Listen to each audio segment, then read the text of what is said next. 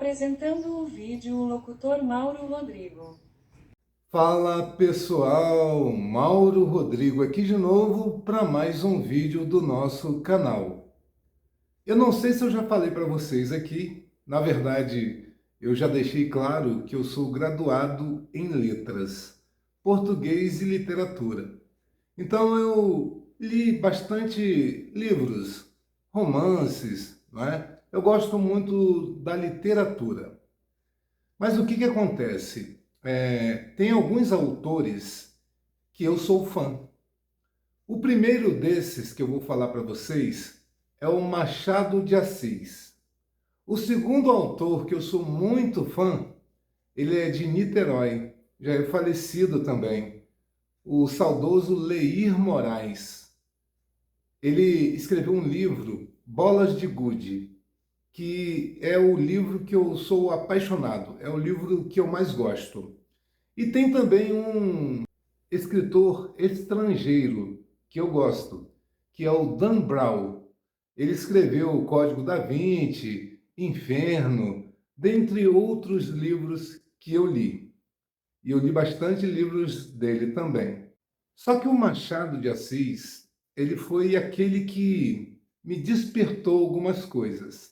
Tudo que eu já li que o Machado de Assis escreveu, eu gostei. Eu gosto da obra dele, a obra em si. Porque às vezes esses autores que a gente curte pode escrever um livro que a gente não gosta muito. Mas do Machado de Assis, eu simpatizo com toda a obra. Ele era fabuloso. A maioria dos vídeos aqui que o Astolfo coloca a voz, né, da inteligência artificial, ele seleciona um assunto. Nesse de hoje, eu que selecionei o assunto. Vocês vão ver um conto de Machado de Assis, A Cartomante. E vocês vão entender por que que eu chamo esse escritor de gênio. Porque ele, com certeza, era genial. Escuta aí e depois a gente volta. Cartomante. Machado de Assis. Hamlet observa a Horácio que há mais coisas no céu e na terra do que sonha a nossa filosofia. Era a mesma explicação que dava a bela Rita ao moço Camilo, numa sexta-feira de novembro de 1869, quando este ria dela, por ter ido na véspera consultar uma cartomante. A diferença é que o fazia por outras palavras. Ria. Os homens são assim, não acreditam em nada. Pois saiba que fui. E que ela adivinhou o motivo da consulta. Antes mesmo que eu lhe dissesse o que era, apenas começou a botar as cartas. Disse-me: a senhora gosta de uma pessoa. Confessei que sim. E então ela continuou a botar as cartas, combinou-as, e no fim declarou-me que eu tinha medo de que você me esquecesse, mas que não era verdade e errou. Interrompeu Camilo, rindo. Não diga isso, Camilo. Se você soubesse como eu tenho andado, por sua causa, você sabe. Já lhe disse, não ria de mim. Não ria. Camilo pegou-lhe nas mãos e olhou para ela sério e fixo. Jurou que lhe queria muito, que os seus sustos pareciam de criança. Em todo o caso, quando tivesse algum receio, a melhor cartomante era ele mesmo. Depois, repreendeu-a, disse-lhe que era imprudente andar por essas casas. Vilela podia sabê-lo. E depois o qual saber. Tive muita cautela, ao entrar na casa. Onde é a casa? Aqui perto, na Rua da Guarda Velha. Não passava ninguém nessa ocasião. Descansa.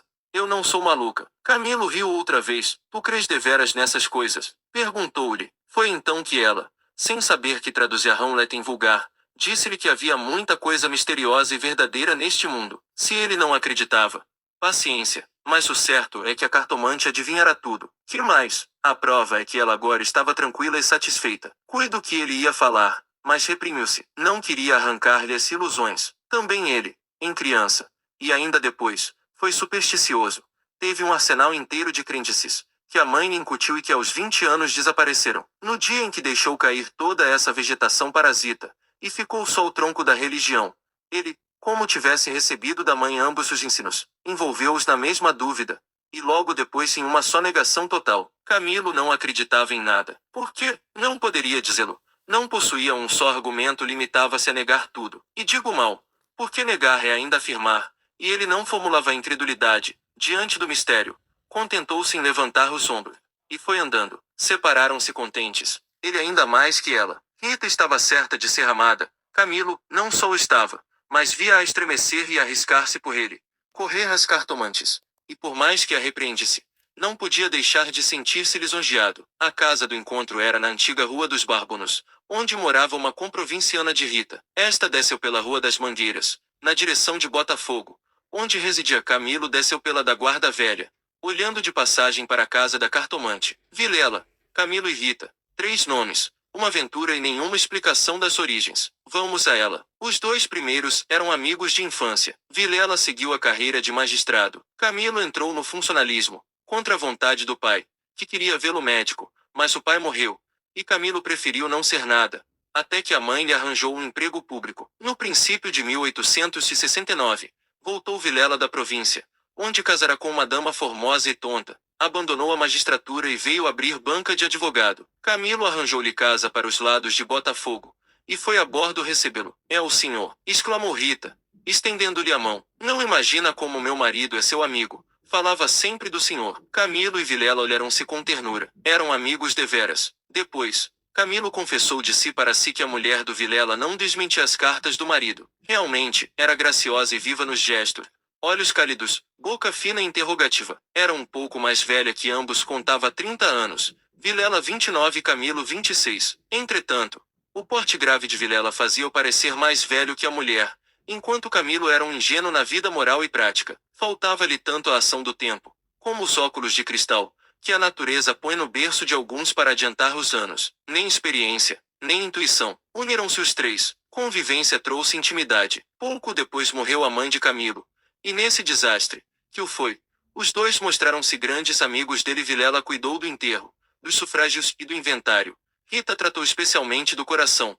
E ninguém o faria melhor. Como daí chegaram ao amor, não o soube ele nunca. A verdade é que gostava de passar as horas ao lado dela. Era sua enfermeira moral, quase uma irmã. Mas principalmente era mulher e bonita. Odor de fêmina, isso que ele aspirava nela, e em volta dela, para incorporá-la em si próprio. Liam os mesmos livros, iam juntos a teatros e passeios. Camilo ensinou-lhe as damas e o xadrez e jogavam às noites, ela mal. Ele, para lhe ser agradável, pouco menos mal. Até aí as coisas. Agora a ação da pessoa. Os olhos teimosos de Rita, que procuravam muita vez os dele, que os consultavam antes de o fazer ao marido. As mãos frias, as atitudes insólitas. Um dia, fazendo ele anos, recebeu de Vilela uma rica bengala de presente de Rita, apenas um cartão com um vulgar cumprimento a lápis. E foi então que ele pode ler no próprio coração. Não conseguia arrancar os olhos do bilhetinho. Palavras vagas, mas a vulgaridade de sablões, ou pelo menos, deleitosas. A velha caleça de praça, em que pela primeira vez passaste com a mulher amada, fechadinho sambo, vale o carro de Apolo. Assim é o homem. Assim são as coisas que o cercam. Camilo quis sinceramente fugir, mas já não pode. Rita, como uma serpente, foi-se acercando dele, envolveu-o todo, fez-se estalar os ossos num espasmo, e pingou-lhe o veneno na boca. Ele ficou atordoado e subjugado. Vexame, sustos, remorso, desejo. Tudo sentiu de mistura, mas a batalha foi curta e a vitória delirante. Adeus, escrúpulos. Não tardou que o sapato se acomodasse ao pé, e aí foram ambos, estrada fora, braços dados, pisando folgadamente por cima de ervas e pedregulho, sem padecer nada mais que algumas saudades, quando estavam ausentes um do outro. A confiança e estima de Vilela continuavam a ser as mesmas. Um dia, porém, recebeu Camilo uma carta anônima, que lhe chamava imoral e pérfido, e dizia que a aventura era sabida de todo.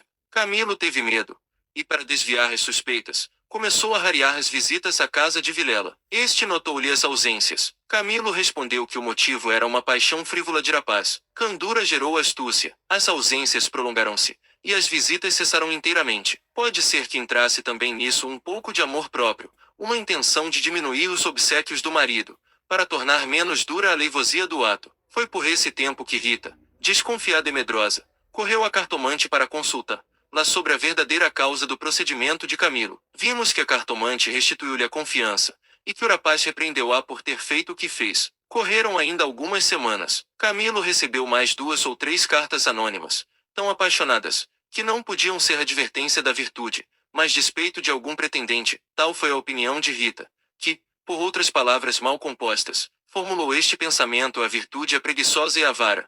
Não gasta tempo nem papel, só o interesse é ativo e pródigo. Nem por isso Camilo ficou mais sossegado, teme que o anônimo fosse ter com Vilela, e a catástrofe viria então sem remédio. Rita concordou que era possível. Bem, disse ela, eu levo os sobrescritos para comparar a letra com as das cartas que lá aparecerem, se alguma for igual. Guardo-a e rasgo-a. Nenhuma apareceu, mas daí a algum tempo Vilela começou a mostrar-se sombrio, falando pouco, como desconfiado. Rita deu-se pressa em dizê-lo ao outro, e sobre isso deliberaram. A opinião dela é que Camilo devia tornar a casa deles, tatear o marido, e pode ser até que lhe ouvisse a confidência de algum negócio particular. Camilo divergia. Aparecer depois de tantos meses era confirmar a suspeita ou denúncia. Mais valia cautelarem-se, sacrificando-se por algumas semanas. Combinaram os meios de se corresponderem, em caso de necessidade, e separaram-se com lágrimas. No dia seguinte, estando na repartição, recebeu Camilo este bilhete de Vilela: vem já, à nossa casa, preciso falar-te sem demora. Era mais de meio-dia. Camilo saiu logo, na rua. Advertiu que teria sido mais natural chamá-lo ao escritório, porque em casa, tudo indicava matéria especial, e a letra, fosse realidade ou ilusão, afigurou-se-lhe trêmula. Ele combinou todas essas coisas com a notícia da véspera. Vem já, à nossa casa, preciso falar-te sem demora, repetia ele com os olhos no papel imaginariamente. Viu a ponta da orelha de um drama. Rita subjugada e lacrimosa. Vilela indignado, pegando da pena e escrevendo o bilhete, certo de que ele acudiria, e esperando-o para matá-lo. Camilo estremeceu. Tinha medo, depois sorriu amarelo, e em todo caso repugnava-lhe a ideia de recuar, e foi andando. De caminho, lembrou-se de ir à casa, podia achar algum recado de Rita, que lhe explicasse tudo. Não achou nada, nem ninguém. Voltou à rua, e a ideia de estarem descobertos parecia-lhe cada vez mais verossímil. Era natural uma denúncia anônima, até da própria pessoa que o ameaçara antes. Podia ser que Vilela conhecesse agora tudo. A mesma suspensão das suas visitas, sem motivo aparente, apenas com um pretexto fútil, viria a confirmar o resto. Camilo ia andando inquieto e nervoso. Não releu o bilhete, mas as palavras estavam decoradas, diante dos olhos, fixas. Ou então, o que era ainda pior, eram-lhe murmuradas ao ouvido, com a própria voz de Vilela. Vem já, à nossa casa, preciso falar-te sem demora. Ditas assim, pela voz do outro, tinham um tom de mistério e ameaça. Vem, já para quê? Era perto de 1 hora da tarde. A comoção crescia de minuto a minuto. Tanto imaginou o que se iria passar, que chegou a crê-lo e vê-lo. Positivamente, tinha medo. Entrou a cogitar em ir armado, considerando que, se nada houvesse, nada perdia. E a precaução era útil. Logo depois rejeitava a ideia, vexado de si mesmo, e seguia, picando o passo, na direção do Largo da Carioca, para entrar num tilbury. Chegou, entrou e mandou seguir a trote largo. Quanto antes, melhor, pensou ele. Não posso estar assim. Mas o mesmo trote do cavalo veio agravar-lhe a comoção. O tempo voava, e ele não tardaria em testar com o perigo. Quase no fim da Rua da Guarda Velha, o tilbury teve de parar. A rua estava atravancada com uma carroça, que caíra. Camilo, em si mesmo, estimou o obstáculo, e esperou. No fim de 5 minutos, reparou que ao lado, à esquerda, ao pé do tilbury, ficava a casa da cartomante, a quem Rita consultara uma vez, e nunca ele desejou tanto crer na lição das cartas. Olhou, viu as janelas fechadas, quando todas as outras estavam abertas e pejadas de curiosos do incidente da rua. Se ia a morada do indiferente destino. Camilo reclinou-se no tilbury, para não ver nada. A agitação dele era grande, extraordinária, e do fundo das camadas morais emergiam alguns fantasmas de outro tempo, as velhas crenças, as superstições antigas. O cocheiro propôs-lhe voltar à primeira travessa, e ir por outro caminho. Ele respondeu que não, que esperasse, e inclinava-se para fitar a casa. Depois fez um gesto incrédulo. Era a ideia de ouvir a cartomante, que lhe passava ao longe, muito longe, com vastas asas cinzentas. Desapareceu, reapareceu, e tornou a esvair-se no cérebro. Mas daí a pouco moveu outra vez as asas, mais perto, fazendo os giros concêntricos. Na rua, gritavam os homens, safando a carroça. Anda, agora, empurra, vá. Daí a pouco estaria removido o obstáculo. Camilo fechava os olhos. Pensava em outras coisas, mas a voz do marido sussurrava-lhe à orelha as palavras da carta. Vem, já. E ele via as contorções do drama e tremia. A casa olhava para ele. As pernas queriam descer e entrar. Camilo achou-se diante de um longo véu opaco. Pensou rapidamente no inexplicável de tantas coisas. A voz da mãe repetia-lhe uma porção de casos extraordinários, e a mesma frase do príncipe de Dinamarca reboava-lhe dentro. Há mais coisas no céu e na terra do que sonha a filosofia. Que perdia ele, se deu por si na calçada. Ao pé da porta disse ao cocheiro que esperasse, e rápido enfiou pelo corredor. e subiu a escada. A luz era pouca. Os degraus úmidos dos pés, o corrimão pegajoso. Mas ele não viu nem sentiu nada. Trepou e bateu, não aparecendo ninguém. Teve ideia de descer, mas era tarde. A curiosidade fustigava-lhe o sangue. As fontes latejavam-lhe. Ele tornou a bater uma, duas, três pancadas. Veio uma mulher. Era a cartomante. Camilo disse que ia consultá-la. Ela fê-lo entrar. Dali subiram ao sótão, por uma escada ainda pior que a primeira e mais escura. Em cima, havia uma salinha, mal alumiada por uma janela, que dava para o telhado dos fundos. Velhos trastes, paredes sombrias, um ar de pobreza, que antes aumentava do que destruía o prestígio. A cartomante fê-lo sentar diante da mesa, e sentou-se do lado oposto, com as costas para a janela, de maneira que a pouca luz de fora batia em cheio no rosto de Camilo. Abriu uma gaveta, e tirou um baralho de cartas compridas e enxovalhadas. Enquanto as baralhava, rapidamente, olhava para ele, não de rosto, mas por baixo dos olhos. Era uma mulher de 40 anos, italiana, morena e magra, com grandes olhos sonsos e agudos. Voltou 3 cartas sobre a mesa, e disse-lhe: vejamos primeiro o que é que o traz aqui. O senhor tem um grande susto. Camilo, maravilhado, fez um gesto afirmativo. E quer saber, continuou ela, se lhe acontecerá alguma coisa ou não é a mim e a ela.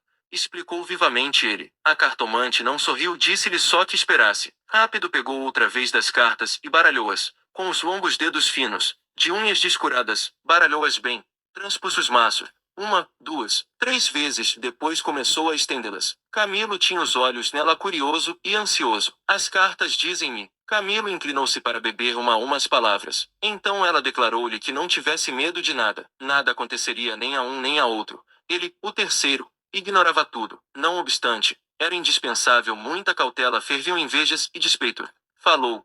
E do amor que os ligava. Da beleza de Rita. Camilo estava deslumbrado. A cartomante acabou. Recolheu as cartas e fechou-as na gaveta. A senhora restituiu-me a paz ao espírito, disse ele estendendo a mão por cima da mesa e apertando-a da cartomante. Esta levantou-se, rindo. Vá, disse ela, vá a ragazzo e namorato. E de pé, com o dedo indicador, tocou-lhe na testa. Camilo estremeceu, como se fosse a mão da própria Sibila, e levantou-se também. A cartomante foi à cômoda, sobre a qual estava um prato com passas. Tirou um cacho destas. Começou a despencá-las e comê-las, mostrando 2 fileiras de dentes que desmentiam as unhas. Nessa mesma ação comum, a mulher tinha um ar particular. Camilo, ansioso por sair, não sabia como pagar-se, ignorava o preço. Passas custam dinheiro, disse ele afinal, tirando a carteira. Quantas quer mandar buscar? Pergunte ao seu coração, respondeu ela. Camilo tirou uma nota de 10.000 réis, e deu-lhe. Os olhos da cartomante fuzilaram. O preço usual era 2.000 réis.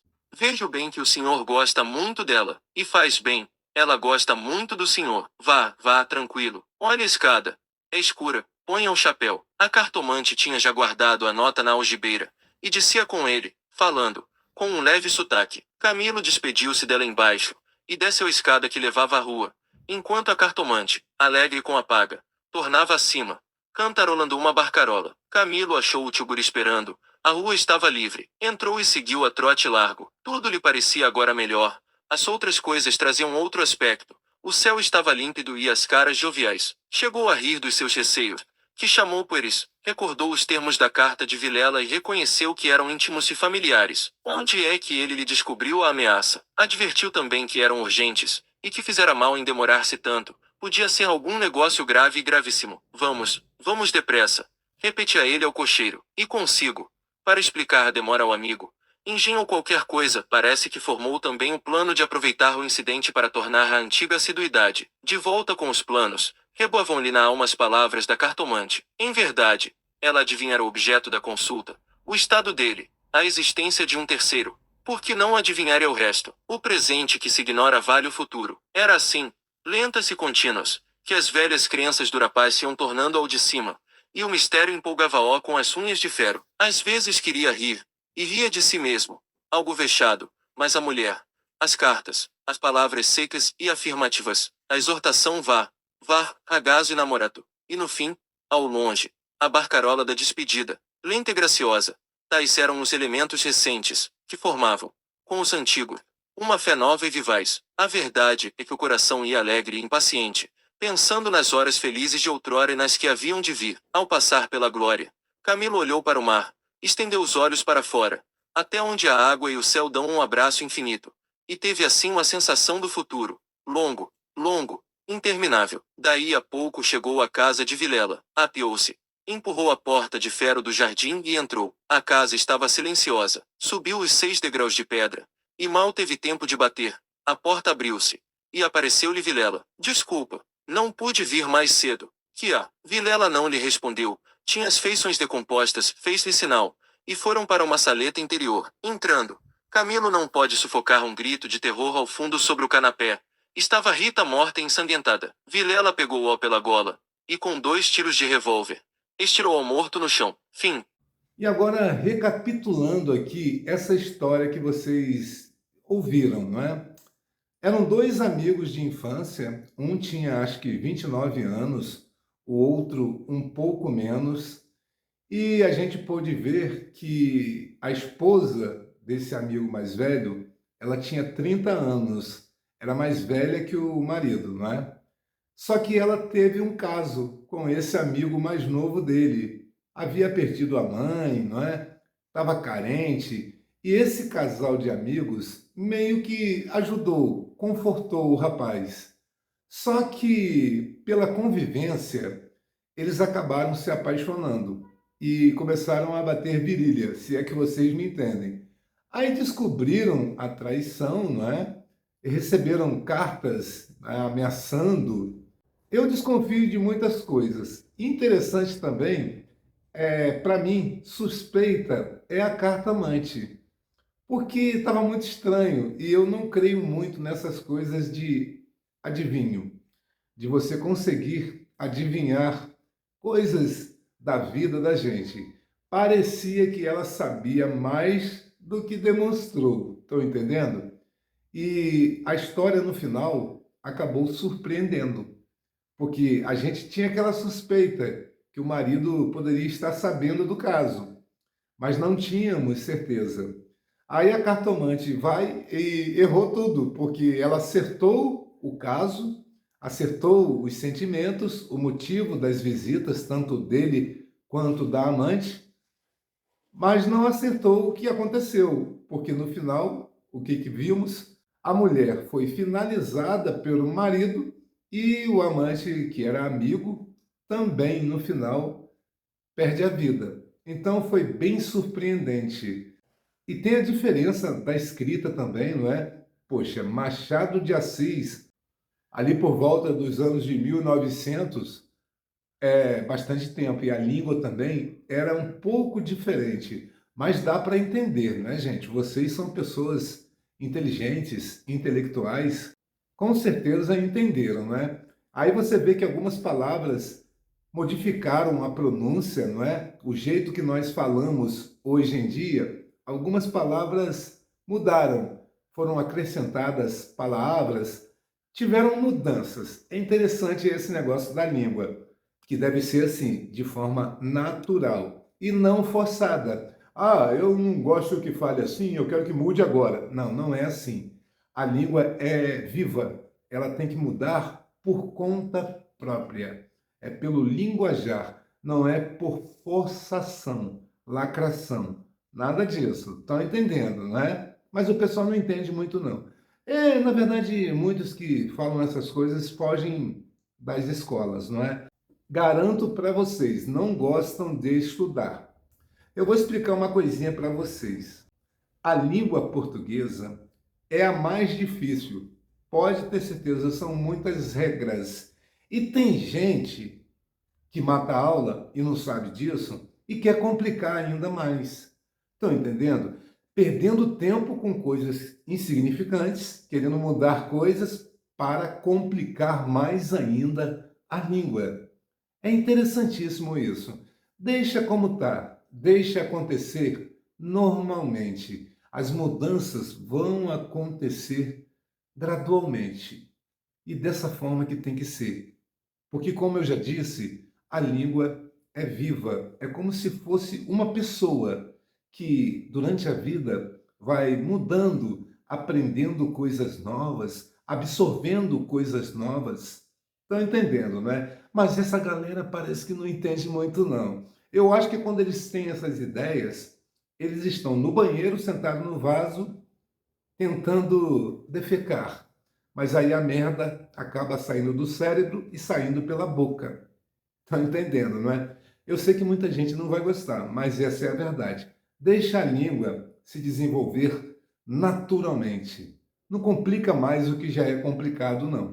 E essa obra que eu mostrei para vocês aqui hoje, A Cartomante, do Machado de Assis, é uma obra sem direitos autorais, é claro, já tem mais de 70 anos, então cai em domínio público. Então eu estou avisando aqui para que o YouTube saiba disso, se não souber, eu acho que já sabe, não é? Porque é governado por inteligências artificiais que com certeza sabem que isso agora não tem direitos autorais, não é? Machado de Assis já morreu, infelizmente, há muitos anos, mas muitos anos, mais de 70 anos. Então, estamos quites, estamos certinhos aqui. O que eu tenho que falar, como eu disse, eu acho o Machado de Assis fantástico, o maior escritor de todos os tempos. Sou fã também do Leir Moraes. Depois, se vocês quiserem, leiam o livro dele, Bolas de Gude. Cara, que livro fantástico. Eu li esse livro a primeira vez aos 13 anos, quando eu estudava numa escola em Campos, uma escola particular. E quando eu voltei para o Raimundo de Magalhães, eu tive uma apresentação na sala de aula, eu tive que contar esse livro, né? Todo mundo escolhia um livro para contar a história, sem ler. Eu acho que eu fui o único que não leu. Eu peguei o livro, li o título do livro, o nome do autor, e coloquei sobre a mesa e contei a história. No final, estava quase todo mundo na sala chorando. Todo mundo se emocionou com o que eu estava contando da história. E eu contei muito bem mesmo. Tanto que a professora, dona Josinete, ela disse que já tinha dado 10 pontos a uma outra aluna, que não tinha ponto maior, mas que eu merecia um ponto maior ainda. Porque eu não usei papel nenhum, eu não olhei rascunho nenhum. O livro, até hoje, gente, esse livro eu tenho na cabeça, até hoje. Eu posso contar para vocês se eu quiser. É um livro fantástico, Leir Moraes. Ele era de Niterói, aqui no estado do Rio de Janeiro. Fantástico. E o outro autor que eu gosto muito é o Dan Brown, não é? Aqueles livros que ele escreveu, ligados ali ao Código da Vinci, para mim foi fantástico. A forma que ele escreve também me surpreendeu. Como autor, eu admiro muito esses três que eu citei aqui para vocês. Vamos ver se esse tipo de vídeo agrada as pessoas. Por que eu fico diversificando? Porque eu não sei se vocês perceberam, o nome do canal é Mauro Rodrigo TV. E o Sapiens? Você com sabedoria. E muitas pessoas não entendem isso. É como se fosse uma TV. Eu posso abordar qualquer tipo de assunto. Eu já deixei assim para não ficar preso a um nicho apenas, como é indicado. As pessoas devem escolher um nicho, um assunto, e se manter nesse assunto. Aqui é uma TV. Eu tenho liberdade. Eu posso fazer e falar sobre qualquer coisa. Mas tem muita gente que não gosta. Se desinscreve para não ajudar. Não gosta de ajudar. Gosta de ajudar canais onde ensinam bobagens, onde fica fazendo massagem em árvore, onde gente fica se identificando como animais, não é? Gostam de coisas desse tipo. Mas cada um tem o direito de gostar do que quiser. Mas não custa nada ajudar, porque eu sou inscrito em um monte de canal de assuntos que não me atraem, mas eu curto porque eu vejo, ouvi apenas um vídeo e entendi a determinação da pessoa, que a pessoa precisa de ajuda. E eu tento ajudar. Uma inscrição minha não vai ajudar tanto, mas vai ajudar um pouco. E quando a gente pede que as pessoas se inscrevam, é para poder ajudar a gente que faz isso daqui. Porque quem sabe um dia eu possa viver disso, que não é a minha intenção. Já foi a minha intenção, mas hoje em dia não é mais a minha intenção. Eu tenho outras profissões. Inclusive, como locutor, eu me aposentei. Estressei com esse negócio. Mas como apresentador aqui no YouTube, eu posso continuar brincando mesmo não ganhando. É porque eu tenho outras profissões e vou me dedicar a essas outras profissões.